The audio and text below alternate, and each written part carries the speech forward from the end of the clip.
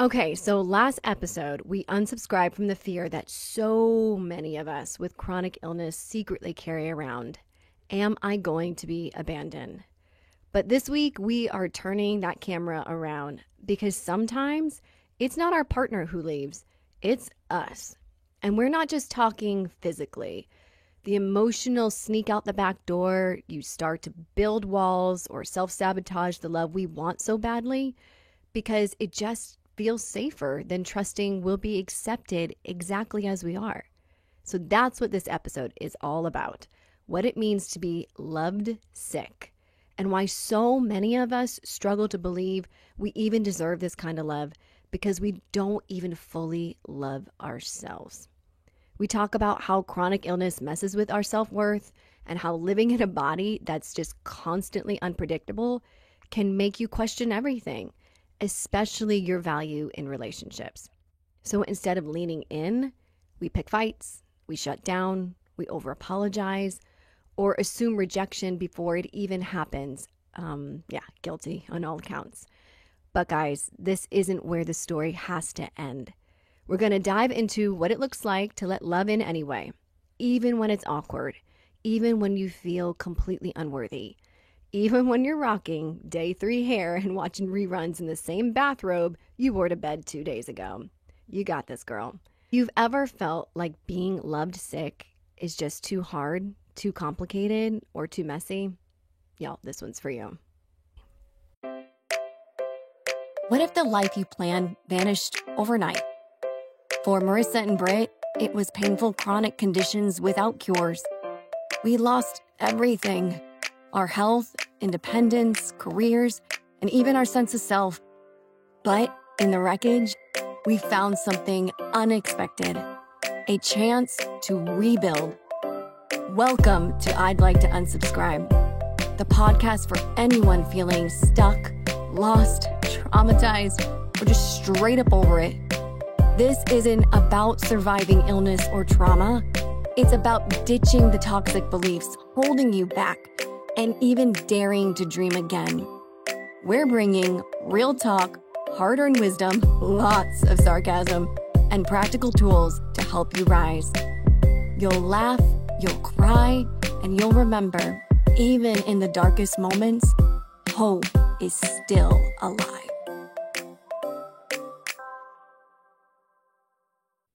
Are you experiencing symptoms of lupus or feeling alone on this journey? The Lupus Foundation of New England is here to help you. They're dedicated to supporting those living with lupus, offering education, resources, and a community to help you navigate the journey. From learning about symptoms and testing to upcoming events and research, the Lupus Foundation of New England has you covered. Visit lupusne.org and connect with others who truly understand. You don't have to do this alone. Visit lupusne.org. That's lupusne.org today. Hey friends, and welcome back to I'd Like to Unsubscribe, the podcast where we unsubscribe from self-sabotage, doubt, and all the ways that chronic illness tries to convince us that we are these little unlovable trash gremlins. Okay, so if you listen to episode 7, I have to ask, how have your conversations been lately with your partner, your significant other, after that episode? Because that episode was so intense, but it was so, so good. Oh, yeah. I mean, honestly, I am so much more aware now of my crap. And I hope, like, in a good way, I'm tuning into these agreements that I've made about love and about myself. And especially when he says something and I like internally cringe. So instead of just like reacting, I am asking myself, well, why do I feel that way? And it's not perfect. And obviously, we have not had him on the podcast to tell his side of the story. So, I just get to be the one. But it's good to take a look under the hood, right?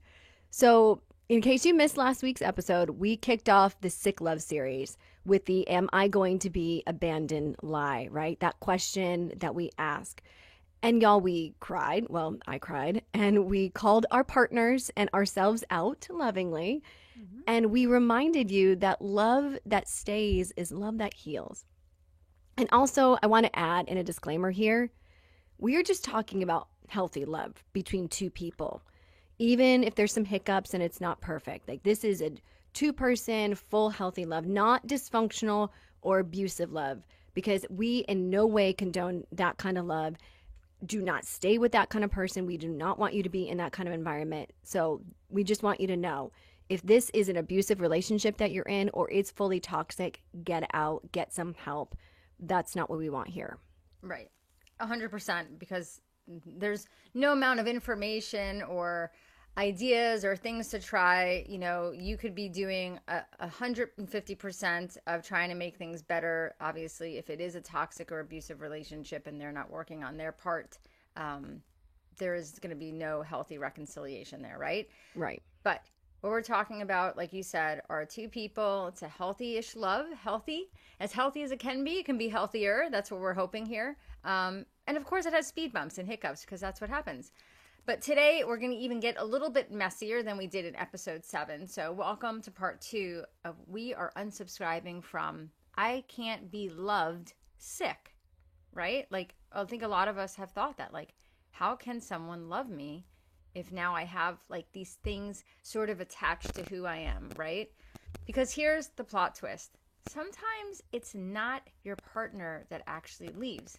Sometimes it's us who emotionally sneak out the back door first, that Brittany talked about earlier.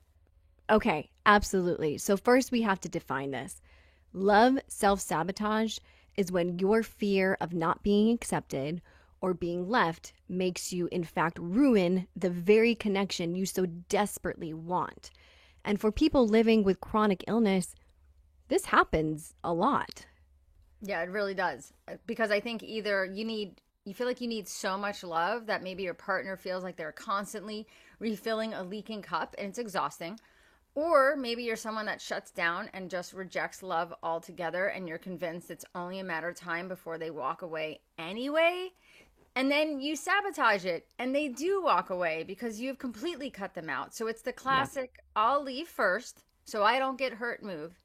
And it might feel really smart in the moment and you feel like you're protecting yourself, but really this is just heartbreak and fear in disguise, like slowly coming up. So this is what the science says. I mean, you knew I was already going to go there, right? We know people with chronic illness are more likely to struggle with things like low self-worth, chronic stress, and increased vulnerability to depression and anxiety, which are all conditions that love self-sabotage thrives in. Oh, yeah. And you've been let down.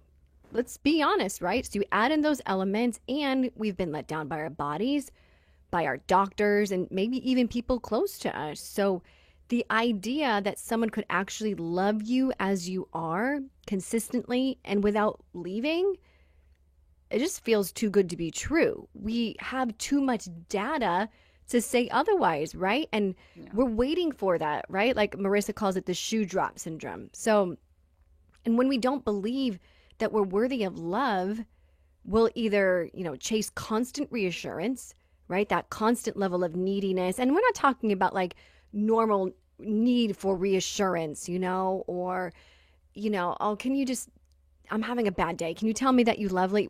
We're talking about like, it's never going to be enough. Like you could tell me 1,000 times and I'll never understand it. Or on the flip side, we just push love away entirely. And neither option feels good. And they keep both of us completely stuck. Yeah, they really do. I mean, let's just talk about why chronic illness and autoimmune disease and different types of trauma, they totally can just wreck your self-worth. And that statement, that is not just something in our head. Like there's actual data and real truth behind that of why so many people with these conditions feel like they have lost a part of themselves, right? First off, when your body starts glitching out and symptoms come and go so unpredictably, it messes with yourself and your sense of control. Oh, can you say that again? Yes. Oh. When our body goes nuts, right? And I remember this very clearly especially when I was first diagnosed, everything was so unpredictable. It was not well controlled at all. It messes with your sense of control. And we like to have, right, all of us, some level of control in our life, even though, like, in the grand scheme of things, there's a lot out of our control. But even if we can just feel like certain things we have, that control over, that hold over, like we can kind of move the pieces of chess on the board. But all of a sudden now, our biggest thing, our health, is like out of whack. So without that, we really can't do anything else well. So now we've lost that, okay? Yeah. You can't plan. You can't count on your energy because you have no idea what days you're going to wake up and you're going to feel okay. You don't know if you're going to be fine in the morning and in the afternoon. No. And suddenly, that person you used to be, that independent, capable, and probably high-functioning person, you're now laying on the couch wondering if brushing your hair or changing your clothes today is optional. And that shift, I think it can absolutely make you feel like, one, you're not enough. You're not reliable enough, you're not fun enough, and then you're certainly not lovable, right? These are all the lies that sink into our head. And then there's a kicker. So many diseases and so much trauma are invisible, as we know, which means people don't see your pain, and if they don't see it, they question it. I'm going to talk about this in my TED Talk. That leads to a whole lot of invalidation, misdiagnosis, and the lovely, well, are you sure it's not just stress comments? Like, if you just de-stress, you'll be fine. Yeah. Studies show that being dismissed or misunderstood by medical providers or your loved ones, it has this major impact on our mental health and our self-esteem. And then you add in that misnomer of autoimmune disease where you're being told over and over and over again, your immune system is literally attacking you. So it's easy to internalize all of that, like we discussed in episode 3 of My Body Hates Me. And eventually you start to believe that you're broken, or worse, that somehow all of this is your fault. So Britt and I want you to hear us. It is not your fault. You're not broken. But you are carrying something really heavy that others can't always see. And yes, rebuilding your self-worth while your body feels like it's breaking down, it's really hard, but it's not impossible. Yes. No, absolutely. So, y'all, let's get specific, because love self-sabotage isn't always some big dramatic breakup, because most of the time it's really subtle, like we talked about the last time, right? In abandonment, it comes in sneaky. It shows up in moments when you're scared, but you don't realize that, like, fear is the thing that's driving the car, right? Like, it has got two hands on the wheel and it is driving towards the cliff, right? So here are a few classic examples that just might hit a little too close for home. So sorry if you feel called out, but sorry, not sorry. So have you ever found yourself picking fights for no reason? Now, at first, my thought to this was like, I don't do that. Okay, let me just set the scene. You've had a pretty good day. Congratulations. Your symptoms were manageable. Your partner brought you home your favorite snack, and you two actually laughed together. You LOL'd, right? And yet, somehow, you decide you're over here and you're going to start an argument how they loaded the dishwasher, right? That's a pretty classic argument in my house. So why do we do it? Because when we feel things are calm or even loving, your nervous system is like, alert, alert, alert, alert, danger, danger. This isn't safe. Sabotage immediately, right? So we stir the pot, right? We unconsciously start to create chaos because we're so used to navigating that. Most of us sit in a place where we are in such fight or flight all the time that chaos feels like home. And when peace hits, it feels unpredictable. So we stir the pot and we create some where we didn't need it in the first place. And, how about this one? Withdrawing emotionally when things feel too good. So your partner says something sweet or plans something thoughtful, and instead of leaning into that, you start to shrink back. You get really quiet. You start emotionally zoning out, disassociating, because letting someone see that sense of you that's soft and tender and vulnerable, it can feel really terrifying.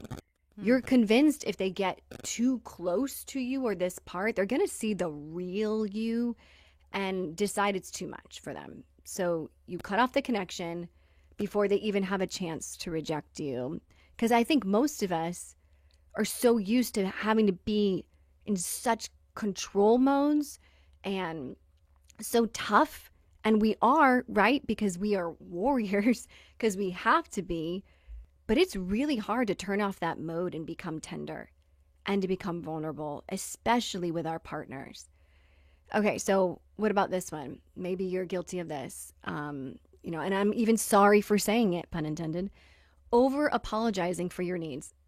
I'm so sorry, but could you just grab my meds and I'm sorry about that. I'm sorry for asking again, but I really need to rest if that's okay. I'm sorry. I'm sorry. No, I'm sorry about this.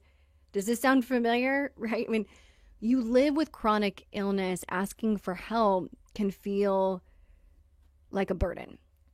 Even though, and we've talked about this before in past episodes, it's not. You are not being a burden for asking for help. You're being human.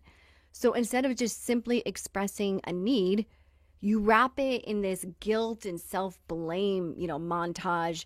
And here's the truth, though. Apologizing for existing doesn't actually, in fact, protect your relationship. It's eroding it. It's taking away from it, and I'll be honest, this next one, I may have done it a couple of times. Have you ever found yourself testing your partner's love with little traps? So maybe this is you. This one can be really tricky because it can be subtle. Is you want to know if they'll stay, and you're kind of like testing that. You're trying to test that boundaries. So you'll throw out these little grenades, and you'll say things like, okay, here's the bait. You probably don't even want to deal with this anymore, do you? Or, okay, here's a good one. You'd be better off with someone healthy, and that feels like it comes from such a good place, right? And then you just watch and see what they have to say. Because you didn't mean it kindly, like you cared about their emotions. You're just like, what are you going to say to that? You're not really listening. You're already preparing for them to fail. It's like relational minesweeper, but you decided to plant all the bombs. Yikes. Well, girl, I'm glad that you said that you can definitely see that you've done that at times because, man, you definitely called me out there. Well, and I think as you're going through all of these as well, we might think okay, no, we definitely don't do this. But then when we hear the example, we're like, oh my gosh, I totally do this, right? Yeah. So in the past, I've been guilty of doing this for decades, once I started dating, and I was always rattling off well, you just need to be with someone who's healthy. You need to be with someone who can have babies with you. You should probably date people that can go in the sun and can go hiking and out to the beach, right? Who can, because for so long I really believed that having health issues took away everything that was good about me. So there couldn't have been any possible way someone actually wanted to stick around. Because I felt like what I could offer was so little, especially those first few years after I was newly diagnosed. I mean, I was a hot mess. I couldn't work. I had a nurse coming to the house, helping take care of me, get me into the shower. Who's signing up for this, right?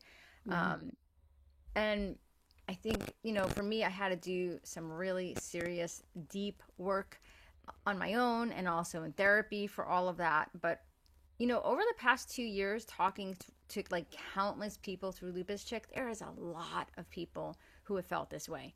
We think we're trying to give people a way out. But meanwhile, we love them and we don't want them to leave, but we're planting all these seeds of doubt in their mind, giving them all the reasons why you should not love us. And even just hearing you talk about that one, Britt, is heartbreaking because I know there's people listening right now that might be saying, oh man, I do this. I don't even realize why I'm doing it. And I'm glad you brought it up because this one is just crucial to recognize, and it's crucial to do your own work on why you're creating this environment. Because talk about a self-sabotaging, you're just planting seed after seed after seed. And then if one of those seeds grows and there is that division, right? It's oh, I can't believe that they left, right? Well, Yeah. we've been planting all those seeds. You've been out there in that garden planting all those seeds for years, maybe, right? Yeah. So that's it. My rant's over on that one. But yes, that one is so just so real. Yeah. I mean, it's such a self-fulfilling prophecy, right? We have decided in our brains already, I can't be loved. And then we, without realizing, sabotage it. And so when they finally walk away from, like you said, all the seeds that we've planted, then we're like, see, I knew it. I knew it. And we justify that thing in ourselves to just keep closing off our heart and making things smaller. And what we were saying before, like, we love the S word. We love feeling safe. And we think that by closing off our heart, we're actually making ourselves safe, when in fact, we're making ourselves so much more unsafe, so much more scared, because we're pushing the love away that we actually need. Because ghosting emotionally, when you're flaring, right, is also a part of this.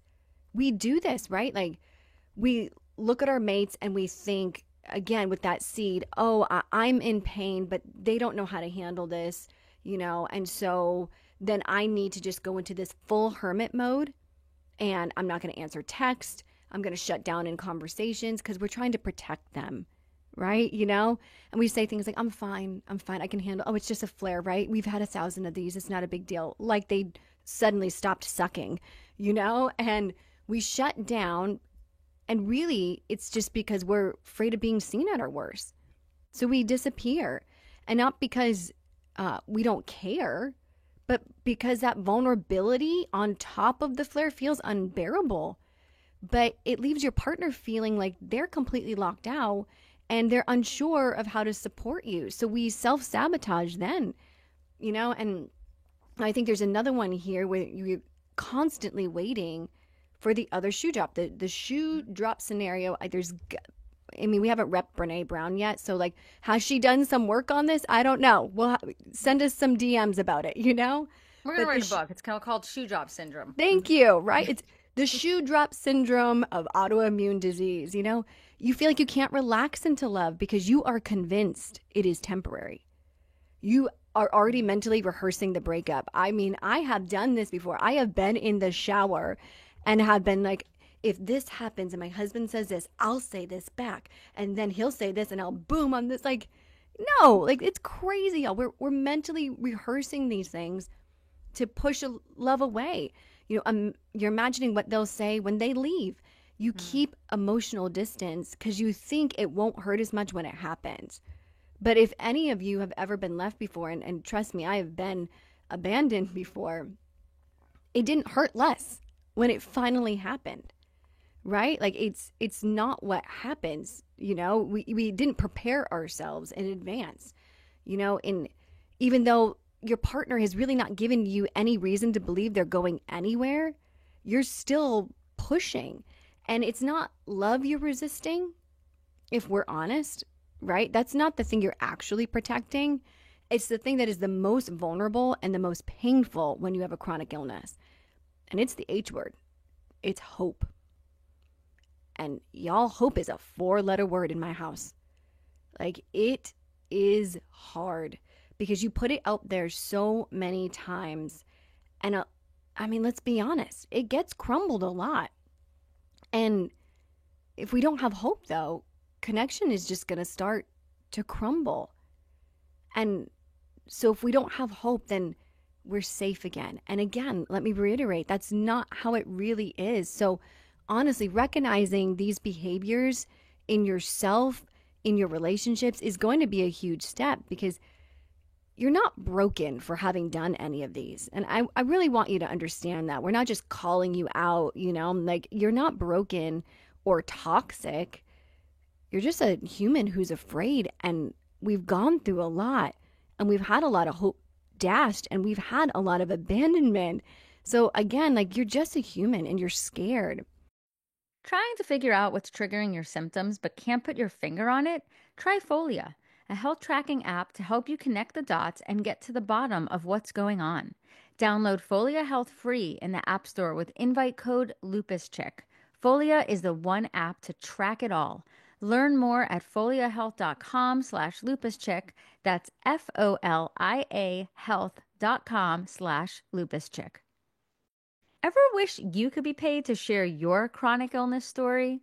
The Insights, like things you know, matches you to paid interviews, focus groups, and surveys to share your experiences. Visit theinsiders.com to check out our current opportunities for lupus patients. Are you experiencing symptoms of lupus or feeling alone on this journey? The Lupus Foundation of New England is here to help you. They're dedicated to supporting those living with lupus, offering education, resources, and a community to help you navigate the journey.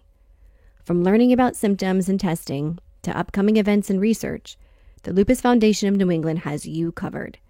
Visit lupusne.org and connect with others who truly understand. You don't have to do this alone. Visit lupusne.org, that's lupusne.org today. But here's the great news about all of it, right? So here it is, finally. Self-sabotage is learned from our pain, right? So if it is learned, then that means it can be unlearned. And really, it's just honest moments, like just one moment of truth. Like I talked about in the last episode, it's truth and trust and honest conversations, just one of those moments at a time. It's not always intentional that we do this, but it will always still be very painful because instead of building trust, we are building up walls. And then we're wondering, why do we feel so alone? Yeah. Yep.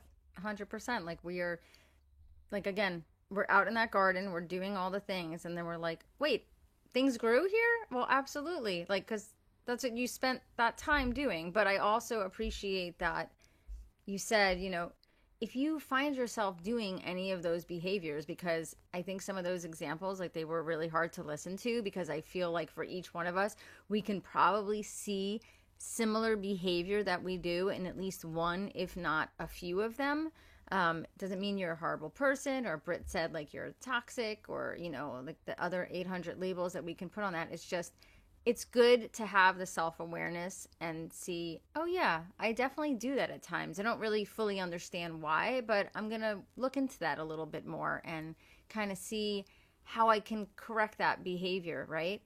I remember in my 20s, we're going back decades ago now, after I was finally diagnosed, I did a lot of these. My confidence was definitely in the gutter, but I had literally lost just everything. Okay. I lost my nursing career. That was a huge blow. I spent years in school for that.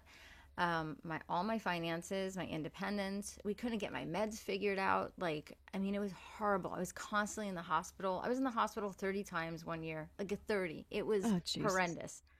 And a lot of my so-called younger friends, like they dropped off the face of the earth. It was rough. But also I was in my 20s. Like I wanted a date. Like all my friends, you know, that I still had, like they were in relationships, they were dating. So when you were talking, it reminded me of this guy back in my 20s. We dated for maybe a little over a month or so, and he had picked me up for dinner a few times. And then I went into like this full on flare. And I mean, I was down. I was in the hospital. I hadn't shared the extent of lupus at that time. One, because I didn't even really quite understand it myself. You know, when you're newly diagnosed, you're trying to get a handle on things. But also, and I'm going to really show my age here, guys, this is before social media and the internet. People heard lupus, and there are surveys. People literally thought you were contagious. There's even surveys up to a few years ago where they ask like general population, and over 50% don't want to share a drink or a fork with people with lupus. They think they're going to catch it, which is so not true. Okay. These surveys drive me insane. Lupus UK does a lot of these, and it's crazy that even after all this awareness that these thought processes still exist. So I thought for sure it was going to completely scare him away. So I completely dodged. I didn't answer any of the phone calls or the voicemails because we didn't have all these other ways that you could get in touch with people. And a few weeks later, he knocks on my door out of the blue. So yes, people actually used to come over to your house unannounced in the dark ages and knock on the door. Okay? And it was beautiful. He had flowers. He was so sweet. And he was just like, oh my God, are you okay? Like, I have been so worried that something happened to you. And I just tried to play it off like super cool. I was like, yeah, hey, what's up? Like, cool, calm, and collected. I was so terrified to explain like the last 3 weeks of my life, just being in my 20s and just so clueless at thinking back. I came off so cold and callous and was like, yeah, I'm fine. Why? Like, you know, what are you doing here? Well, it was very clear what he was doing here because I just fell off the face of the earth. And he was so hurt. And he thought I just didn't like him and I ghosted him completely. But the reality was, like, he was a wonderful human being. But he was so confused and probably disgusted in that moment. He walked away and we never spoke again. So, dude, if you're listening, I'm really sorry. I should have handled that so differently. But I was definitely emotionally unequipped at that moment in my life. And I really needed to grow as a human being. I mean, this is over 2 decades. And, you know, before we do that inner work or even have the self-awareness to see the areas that we need to grow in, sometimes we do some really crappy things and we hurt people and we push them away. And it's really sad because, you know, we do make messes in life. But that's really the heart behind this podcast too, I think, is to kind of see where things have gone off course or what we've allowed in our life and the work that we can do to just be healthier, like overall in just such a holistic sense. Yeah, I mean, well, first I'm going to name that guy Steve. Okay. So Steve, on behalf of the I'd Like to Unsubscribe podcast, we're sorry. And for all the Steves out there that we have collectively, like our tribe has done this to, we are sorry. We hope you listen too, because we don't mean it. We're just human. So sorry, Steves.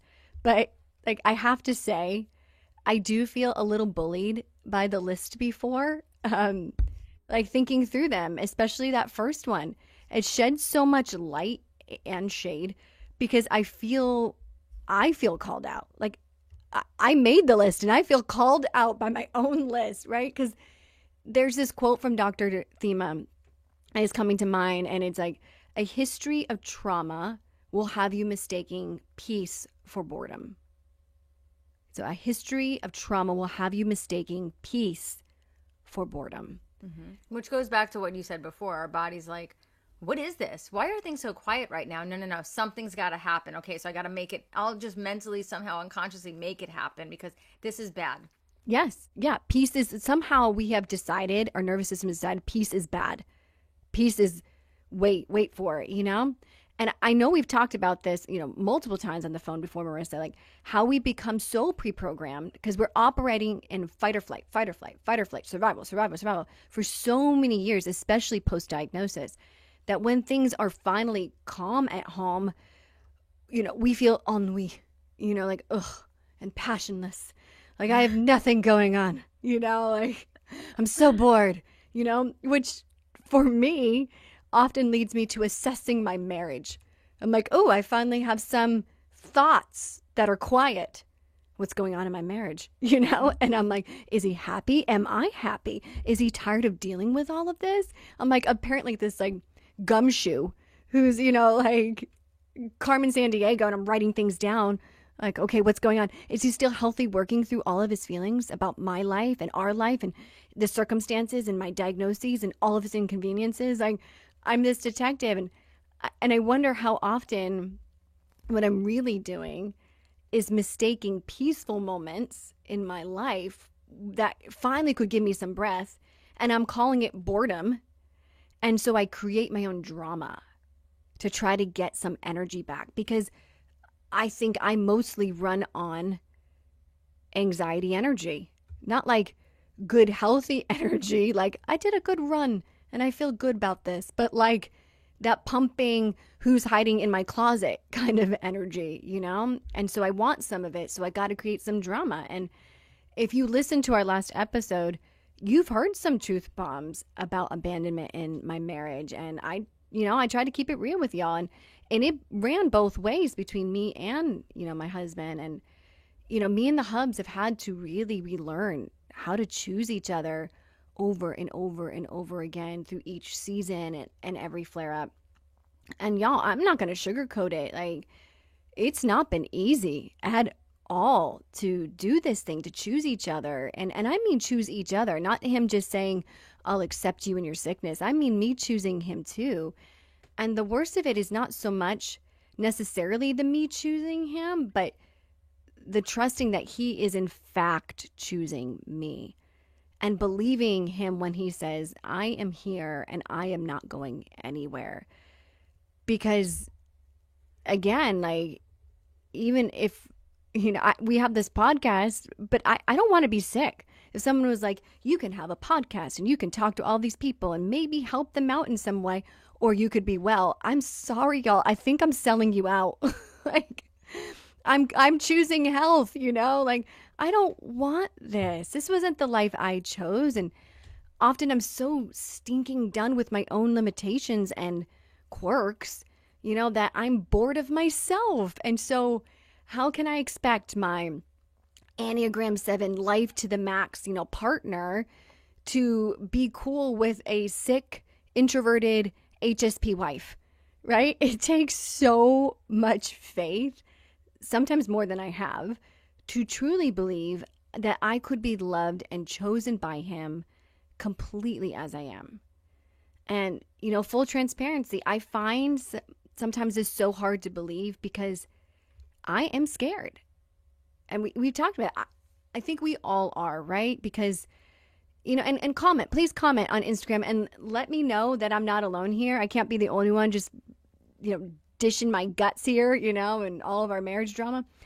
It's what we have talked about in the last episode. It's the fear of abandonment coming back up in me. It is so deeply real for me. And so when we wrote that episode, I was like, oh, I'm writing this for me, right? So in response to that fear, I don't cower. And I don't know if you guys do that. Some people cower, but man, in fight or flight, like, I'm coming up with my dukes. Like, I'm fighting, right? And so in response to that fear, I'm not cowering.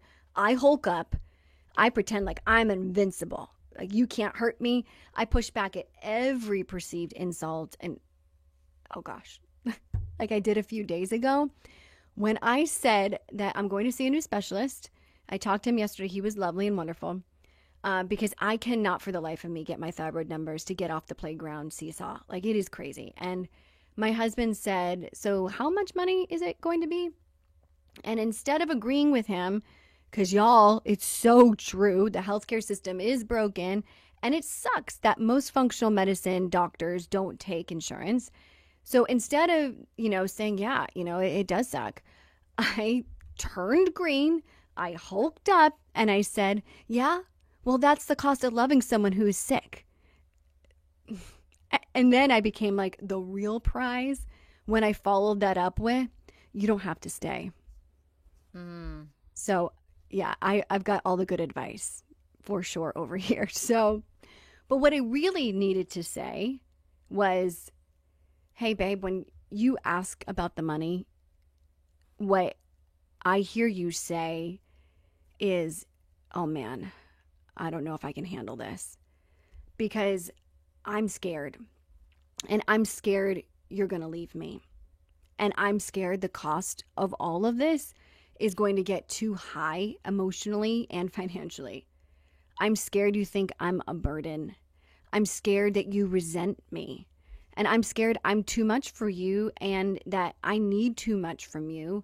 And one day you're going to realize all of this and you're going to finally walk away for good.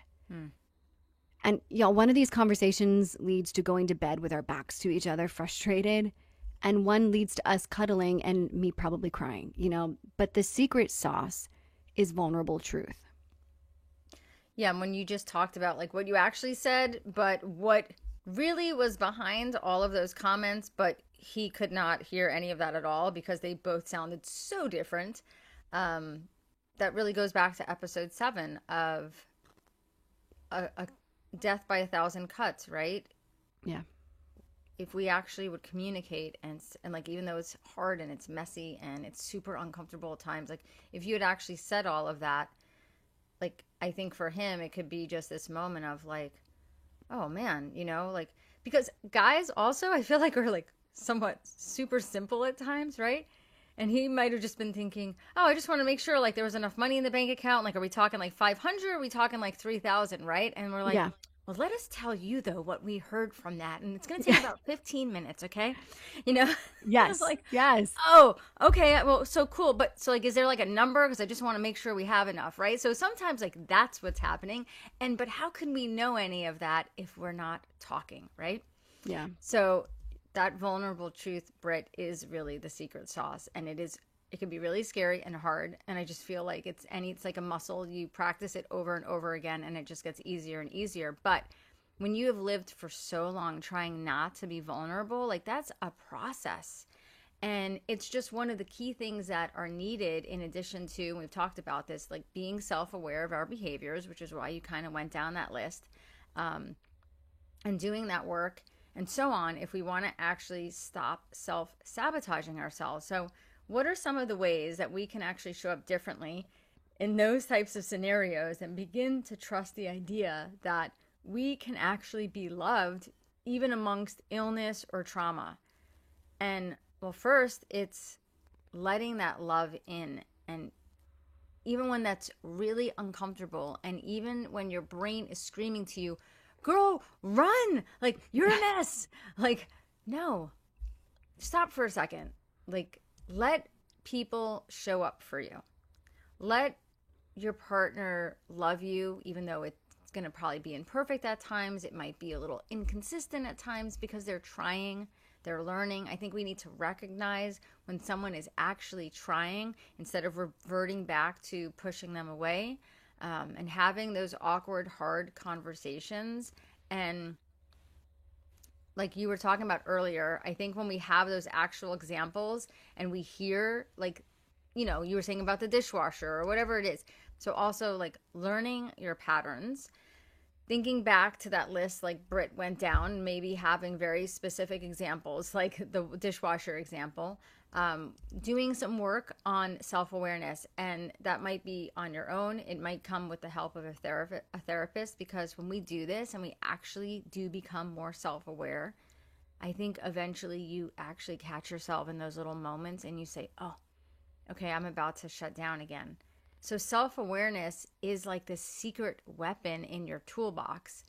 And also in addition to that, you have to start rebuilding self-worth that isn't tied to our health, okay? Because listen, at some point, everyone's health is going to get rocky. You might be healthy your entire life. Like you might be the strongest Ironman, Olympic, I don't care what you're doing, crazy healthy person. And then at like 50, something wild happens. And all of a sudden, you know, your health is the number one thing in your life because it's off the skids. And you need to have self-worth that is in no way tied to that. And recognizing you're still worthy of love, dignity, and belonging, even in your flare days, even on your worst days, and you're stuck in your robe, you're watching Schitt's Creek for the third time this week, and that self-worth and that self-confidence, it's not going to happen overnight. Like this is an intentional building process here. And I think we need to make that commitment to ourselves for the long haul. And last but not least, and we're going to say it loud, like tell your partner what's actually happening during, like in that moment, right? If like Britt, like we talked about, if you said, hey, like I'm kind of feel like I'm pulling away, or I feel like I'm kind of getting like hulky or a little upset right now because I'm actually really scared. And I don't want to push you away. And what I would normally say right now in that moment of like adrenaline will probably push you away. So give me a moment because I want to reframe this and I want to say it properly, right? That's the kind of honesty that will literally transform your relationship. No, absolutely. And we want to be really clear, like I've been honest about, we are not professionals at this, and we are not going to be, you know, hosting a symposium because we have nailed it. You know, like we are still working on this. And I think that's the whole point. That is the key word. It's work, right? Mm-hmm. Marriage is work. Our health is work. We're not going to get this perfect. So we're not expecting people just to like, guys, we told you to do it. So like, you got to do it. And if you don't, that's on you. This is stuff that we have learned over a long period of time. So we have to unlearn it over a long period of time. And it's that patience to learn the process with your spouse when you don't get it right. Right? I had to go back and be like, bro, I'm sorry. My bad. Mea culpa over here. I should have said this, but this is what I said instead. And it's that go back, right? This is what I should have said. It's flexing that muscle. It's building that muscle so that you can have better health in your relationships. So to wrap it all up, here's what we have learned. Love that lasts, right? Through illness, through trauma. It isn't about never messing up. It's about simply still choosing to stay.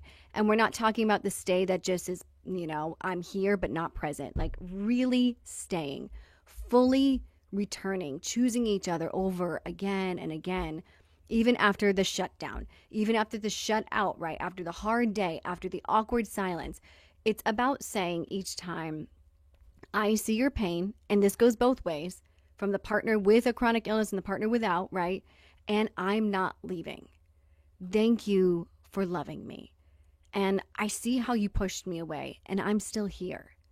Again, that's love with some battle scars, but that's love that heals. Yep. So if you're listening right now, maybe you're in the car, maybe you're laying in bed, you're under the covers, whatever it is, and if you're thinking to yourself, there is no possible way that I can be loved while sick, hear this, if nothing else, you already are. Like you already are loved. You're loved right here in this very moment. Like you're loved on your flare days. You're loved on your really great ones. You're loved on the not so great ones. And you're loved in ways that you probably don't even notice, like from people. I think that's also key, right? It's like sometimes we don't even see like the little things, right? Because we have just completely committed to, no, there's absolutely no way that you can want this, right? When there's so many other people that you could have that with, okay? Trust me, that comes with their own set of stuff, okay? So you are loved, period, like for existing. Yes, absolutely. And even if you're arguing with us right now, well, I don't have a partner. So how can you even say that? I'm not loved on my flare days. I'm having to do it all by myself. And I think this here is what really sustains Marissa and I, because our faith in God has really solidified the days where we didn't feel like our partner chose us at all, right? The days where we didn't feel loved or we weren't being, given love, right? We've gone through all of that too. And on those days, it wasn't just about somebody else, giving us love. It was you were loved on your flare days and your good ones, right? Is about a sense of self-love, right? Like we need to love ourselves, right? We need to, like Marissa said, build up our worthiness, but it's a spiritual love too. You are loved by a creator who knew you were going to get sick, who didn't, dock you down some points now that you have an illness, right? That's still looking at you and saying, dang, I'm so proud of that kid. Like, that's my girl. I love her. Oh, she's laying on the couch. I still love her. Oh, she's, leading, a march for something. Oh, I love her. Oh, she's on a flare day. Oh, I love her. Like, you don't lose or gain status by what you're doing. You are loved. You are loved by a creator who made you exactly the way that he made you. And you're loved. So I also want to acknowledge the partners who are loving someone who consistently just keeps pushing you away. We're sorry. Again, to all the Steves, we are sorry out there, Steve, right? We don't mean to push you away. So thank you so much for staying. Your consistency is truly a deep part of our healing. Yeah, and I was just thinking when you were just saying that, like, I know you went through that list, but you know what? I think we can even though our 2-part series is more relational as far as like intimate relationships, you can probably see a couple of those points and you're like, oh my gosh, I do this like with my parents or with my siblings, right? Or even maybe your roommates or your friends, because there are times when it's like, my mom, obviously I've been taking care of my mom for years. We've lived together most of our life, and she'll come in and she'll obviously see that I'm super stressed or I'm in a flare up, and like she'll want to do something, and I will still at times like say something like to completely like push her away and just be like, nope, I got it. Like, I don't know, even as a mom, right? I just don't want her to feel like, oh, my daughter is like always struggling and she's always sick, and I want to like make things lighter. And so I probably come off super abrupt at times, and it sucks. Like I still have that side of me. So I think if you are not necessarily with a partner, you can even look at some of those and just maybe recognize how you do it just in everyday areas of life. So the next time you find yourself about to shut down or pick a fight or ghost your way out of any type of connection, we just say pause and try that scarier thing of letting love into that moment, because love that endures through illness, like Britt said, that is the love that changes people, and it's the love that can actually change us.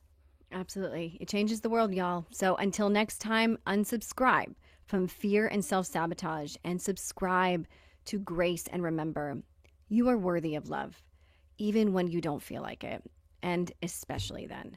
Subscribe to this podcast, hit us up on Instagram, and tell us what you thought of this series. We love you, tribe. See you next time. Bye.